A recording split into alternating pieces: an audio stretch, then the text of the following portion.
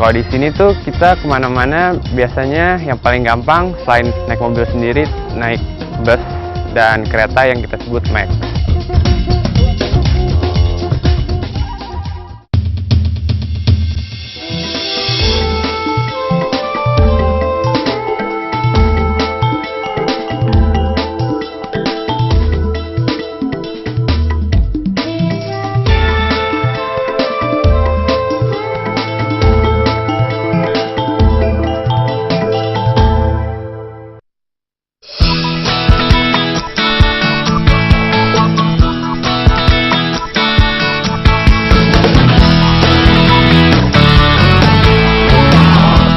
Portland, Oregon, Amerika Serikat.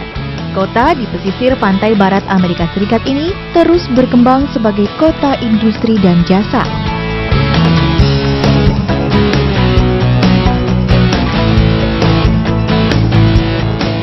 Sebagai kota ketiga terpadat di barat Laut Pasifik, mobilitas penduduk menjadi perhatian utama pemerintah berjuluk Kota Mawar ini.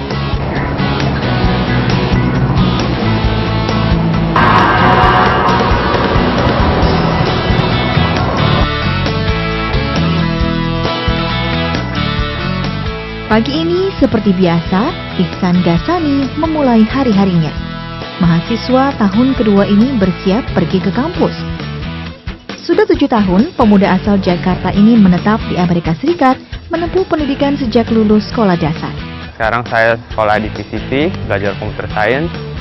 Dan kalau di sini tuh kita kemana-mana biasanya yang paling gampang selain naik mobil sendiri, naik bus dan kereta yang kita sebut Max.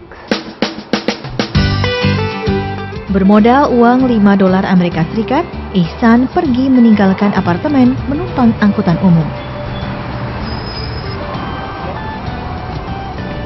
Berbekal tiket terusan harian yang didapat dari kondektur bis inilah, Ihsan memulai perjalanan. Dengan selembar tiket ini, Ihsan bebas bepergian menumpang semua jenis angkutan ke berbagai jurusan di Portland. Kalau di sini nyetir sendiri bisa mahal. Dan juga kadang-kadang suka penuh, suka nggak ada tempat parkir. Apalagi kalau kita ke sekolah atau ke downtown. Kalau misalnya ke sekolah aja, bayarnya sebulan bisa sampai $200 untuk parkir. Terus kalau misalnya kita bawa mobil ke downtown, selain penuh, kadang-kadang keamanannya juga kurang gitu. Untuk mencapai kampusnya di Portland Community College, pemuda berusia 20 tahun ini harus berganti bis. Tiket terusan miliknya membuat Ihsan tak perlu lagi membayar ongkos bis selanjutnya.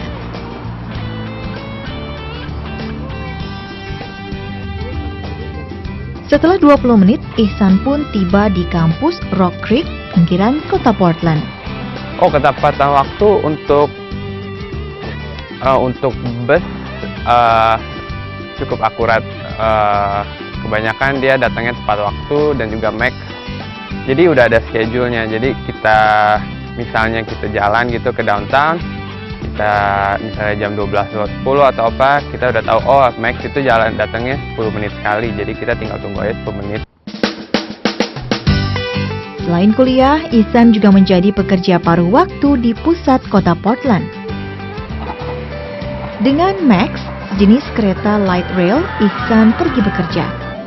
Sekali lagi, Ihsan tak perlu repot membeli tiket karena tiket terusan tadi juga berlaku untuk moda angkutan ini. Murahnya ongkos transportasi publik di Portland tidak lepas dari keinginan kuat warga Portland memiliki sistem transportasi yang baik.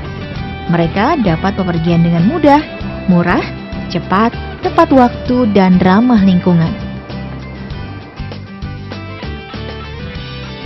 Namun setiap tahun, TriMet, operator angkutan massal di Portland, hanya mendapatkan $100 juta dari penjualan tiket. Kondisi ini hanya memenuhi tidak lebih dari 50% kebutuhan biaya operasional. You really have to find additional funding from some other source to be able to run transit that's frequent enough that people will really ride. That comes mostly in our region from what's called a payroll tax that the employers around the region pay to help support the service and reduce congestion and allow them to move their goods and get their people to work. Tak hanya terintegrasi dalam tarif, TriMet juga mengintegrasikan jaringan angkutan massal hingga ke daerah-daerah pinggiran. Dengan 500 unit bis dan 120 rangkaian MAX, sedikitnya 350.000 penumpang diangkut setiap hari. Keberhasilan TriMet mengelola angkutan massal menjadikan Portland sebagai kota terbaik dalam pengelolaan transportasi publik di Amerika Serikat. We have a luxury that maybe not everybody does, which is that all of the transit system in our district is run by us. So we can work with the cities and the counties to make sure that our services meet their future needs. And that also means that we control the scheduling and the routing of all of them so that we can make sure they're actually giving good connections and allowing people to get to where they need to go.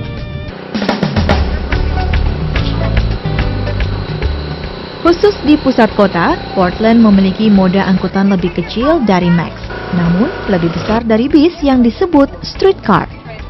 Meski dioperasikan Streetcar Incorporation, namun dalam prakteknya streetcar tetap dikendalikan TriMet, baik tarif maupun sistem jaringannya. Sekali lagi, ini memudahkan penumpang saat transit dengan bis maupun MAX. The Citizen Advisory Committee helped formulate exactly where the route would go. They also were the ones that decided upon a modern streetcar versus a historic streetcar or a bus. It was the citizens that brought that to us. They wanted the bigger windows, they wanted the rail. Menghadapi pertumbuhan kota, TriMet terus berbenah. Jalur eksklusif di atas sungai Willamette yang memisahkan Portland Barat dan Timur juga dibangun. There are certainly some plans from the city and others looking at light rail and streetcar. We're under construction on a light rail line right now, so all of those things are in process. We're still looking at expanding.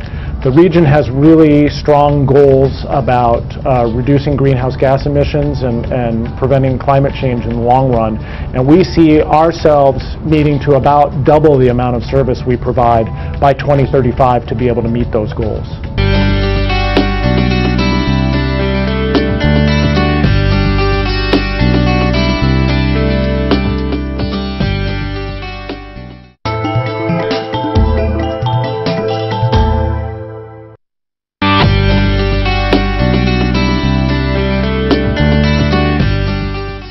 Salt Lake City, Amerika Serikat. Ibu kota negara bagian Utah ini sangat tenang. Penduduknya hanya 200.000 jiwa. Kota yang namanya diambil dari nama danau garam tersebut sangat cocok menjadi kota wisata dan peristirahatan. Kota ini sangat ramah bagi warganya dan pendatang. Keramahan kota juga dirasakan warga yang terlahir kurang sempurna. Kevin Ledford misalnya, ia terlahir tunanetra. Namun mahasiswa sebuah perguruan tinggi berkebutuhan khusus di Salt Lake City ini tetap optimis menjalani hidup. I can't drive, so I prefer taking the bus over riding with my wife just because of my independence, and I want to be able to go where I want, when I want. And I love UTA because they have so many different services, and I can get from Provo, I can get all the way up to. Begitu juga dengan Lee Byers. Sudah 10 tahun terakhir ia duduk di kursi roda. Namun nenek 6 anak dan 5 cucu ini tak pernah berhenti beraktivitas. Dengan keterbatasan fisik, ia tetap aktif sebagai relawan di sejumlah lembaga sosial dan kini menjadi ketua Komite Transportasi Terakses alias CAT. Disabled and they're stuck in their homes if they're unable to get out. And UTA, like they've made all their buses, they have a ramp, you can get on every bus, get on every train, even their commuter rail. And it just makes it so much easier. I can go anywhere I want to go, visit anybody I want to see. Hari itu, Lee dan Kevin bertemu di terminal bis dalam kota. Tak lama, bis yang mereka tunggu pun tiba. Dengan cekatan, sang sopir mengeluarkan landasan khusus bagi pengguna kursi roda. Semua bis yang dioperasikan Utah Transit Authority memang dilengkapi landasan hidrolik otomatis. Tujuannya tentu saja memudahkan para pengguna kursi roda. Setelah naik, petugas memasang sabuk pengaman, menjaga penumpang agar tidak terjatuh. Actually, for people that can't use the regular bus, they have what they call paratransit. And you go in and they kind of run you through a little obstacle course to see what your personal abilities are or what you're not able to. And based on that, they give you this paratransit card. And these paratransit vehicles will come right to your home if you're not able to go and ride the regular bus or the train or anything like that. Sekarang giliran Kevin. Welcome aboard. Seperti ketika melayani Lee, sang sopir dengan sabar dan ramah melayaninya. Sebelum berangkat, sopir kembali mengunci kursi roda. Bagi para pengemudi angkutan massal, keamanan dan keselamatan penumpang menjadi prioritas utama. Tak hanya diwajibkan mampu berkendara, supir angkutan massal juga harus mampu melayani para penumpang dengan keterbatasan fisik.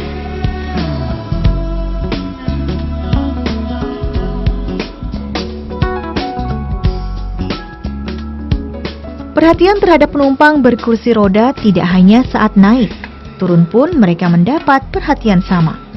Ready to roll. Thank you. Thank you. Have yourself a great day. You too. Bye-bye. All right. Sekarang, Lee dan Kevin bermaksud melanjutkan perjalanan menumpang Frontrunner, sebuah kereta bertenaga diesel yang menghubungkan Salt Lake dengan daerah pinggiran. Seperti halnya bis, kereta Frontrunner juga dilengkapi landasan hidrolik bagi para pengguna kursi roda. Begitu juga dengan Kevin. Di kereta ini, mereka mendapat kursi prioritas dan tempat khusus pengguna kursi roda. Well, we have federal requirements under the Americans with Disabilities Act to make sure all of our transit services are accessible and usable by people with disabilities or seniors. And so it's just the right thing to do. If it's public transportation, it should be open and available for all people, including people with disabilities. Untuk menjamin angkutan massal di Salt Lake City mudah diakses siapapun, termasuk para penyandang cacat, Utah Transit Authority atau UTA selalu bekerja sama dengan Committee on Accessible Transportation, CAT, untuk menyediakan fasilitas terbaik. There have been several things, like in fact the ramp on this train, they've set a mock-up and had us, people in wheelchairs, try to use it so they would get it so it would be the right size, would work for everyone, and they take any suggestions we give them, they usually do it so it'll work for everybody. Tak peduli kondisi fisik calon penumpang, setiap orang di Salt Lake dan di Amerika Serikat pada umumnya berhak mendapat pelayanan yang sama sebagai pengguna angkutan massal. Every day along about evening, when the daylight's beginning to fade, I ride.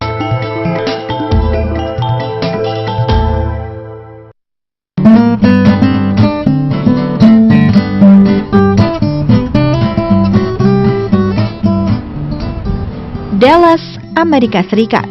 Kota terbesar ketiga di negara bagian Texas ini merupakan pusat perbankan, perdagangan, minyak, dan telekomunikasi. Sebagai salah satu pusat bisnis di Amerika Serikat, mobilitas penduduk menjadi masalah penting di kota dengan populasi mobil terbesar di Amerika Serikat tersebut. Tidak semua penduduk Dallas bermobil. Novi Harris salah satunya. Warga Lewisville ini menggunakan angkutan massal untuk bepergian.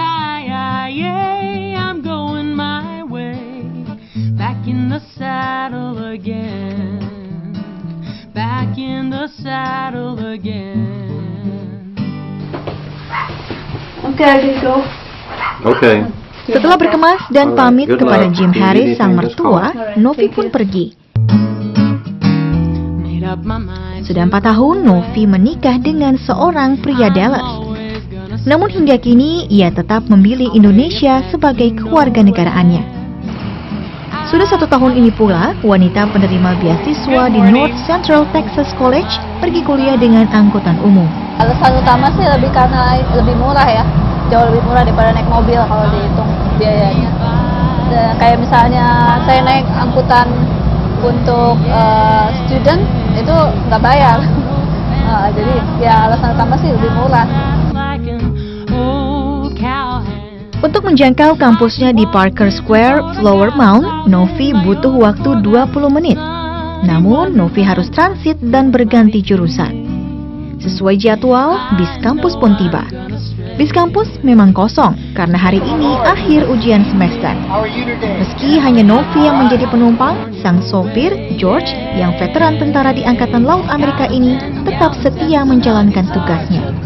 Kalau fasilitas sebenarnya bagus, cuman kalau untuk jadwal itu masih kurang karena kadang-kadang jarak antara jadwal satu ke jadwal berikutnya tuh hampir sejam gitu misalnya. Untuk busnya, gitu. Kalau untuk keretanya udah lumayan, 20 menit sekali ya oke lah gitu.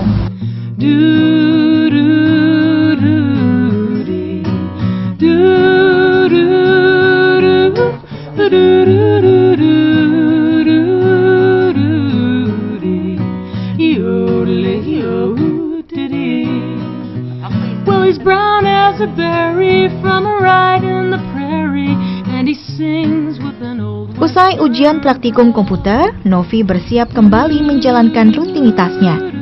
Kali ini, Novi menumpang kereta ke tempatnya bekerja di pusat kota Dallas.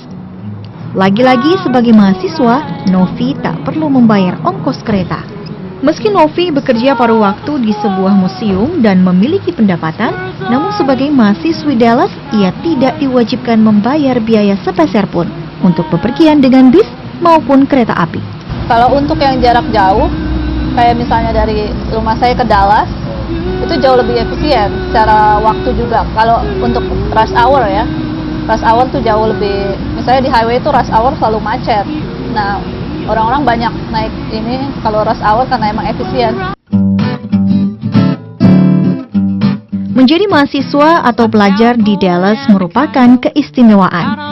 Baik warga Amerika maupun pendatang, selama berstatus pelajar, mereka bisa gratis bepergian dengan angkutan massal. Well, we have a couple of methods of payment. One is we use university fees, so they'll charge a transportation fee for our students, as well as parking fees, because we have to build and maintain this parking as well. And then the DART system is set up so that they actually provide for us a reimbursement fee for providing all the services that we do to the residents of this area. Untuk menarik minat masyarakat menggunakan transportasi umum, Dallas Area Rapid Transit alias DART selaku operator angkutan massal di Dallas memberikan tarif gratis atau potongan harga tak hanya bagi pelajar dan mahasiswa. DART juga memberikan tarif istimewa bagi manula dan anak-anak. Back in 1983, it was agreed that the 1 cent sales tax that we collect, a portion of that money would be used to reduce the fares so that the public would have a lower fare and want to ride on Dallas Area Rapid Transit. So all of our fares are reduced and paid for in part by the 1 cent sales tax that we collect. So we average about a 16% return on our fare box, 16% out of 100. So no, we're not making money. The idea is just to promote the transportation aspect, and that's what we do with the 1 cent that we collect. Menghadapi lonjakan penduduk di masa depan, Amerika Serikat menyadari pentingnya transportasi publik untuk menunjang kehidupan warganya. We know how important public transportation is to the lifeline, to the lifeblood of our cities. Without public transportation, there would be so much more congestion. That congestion would just hurt our economic activity. It would hurt our ability to get around. Setiap tahun, Amerika menderita kerugian ekonomi hingga $63 juta akibat kemacetan. Belum lagi 46.000 jiwa nyawa melayang sia-sia karena kecelakaan di jalan raya. Tak ada jalan lain, memperluas angkutan massal adalah satu-satunya solusi masa depan menjawab pertumbuhan penduduk dan melawan kemacetan di masa depan. Angkutan massal dengan orientasi memberikan pelayanan, kemudahan, kehandalan, dan bukan mencari keuntungan.